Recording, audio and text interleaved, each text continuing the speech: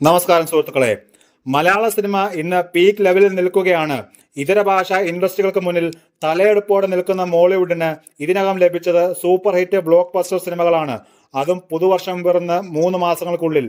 കേരളവും കടന്നുള്ള സിനിമകളുടെ മികച്ച പ്രകടനമാണ് ഈ ബോക്സ് ഓഫീസ് കൊയ്ത്തിന് കാരണം എന്നത് വ്യക്തമാണ്.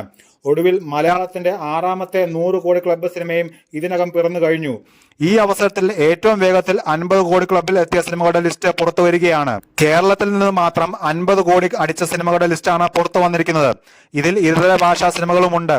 ഏറ്റവും വേഗത്തിൽ 50 കോടി അടിച്ച സിനിമകളിൽ ഒന്നാമതുള്ളത് ഒരു മലയാള സിനിമ അല്ല എന്നത് ഏറെ ശ്രദ്ധേയമാണ്. വിജയ് നായകനായി എത്തിയ ലിയോയാണ് ആ ചിത്രം.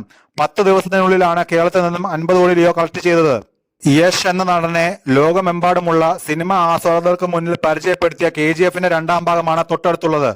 11 ദിവസം കൊണ്ടായിരുന്നു ചിത്രത്തിന്റെ 50 കോടി നേട്ടം. ജൂഡ് ആന്റണി സംവിധാനം ചെയ്ത 2018 മൂന്നാമതുള്ള സിനിമ.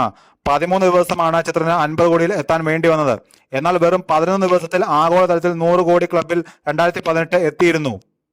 ബാഹുബലി 2 15 ദിവസം, ജയിലർ 16 ദിവസം, ലൂസിഫർ 17 ദിവസം, പുലിമുരുകൻ 21 ദിവസം, RDX 24 ദിവസം, പ്രേമലു 30 ദിവസം എന്നിങ്ങനെയാണ് യഥാക്രമം 4 മുതൽ 9 വരെയുള്ള കണക്ക്.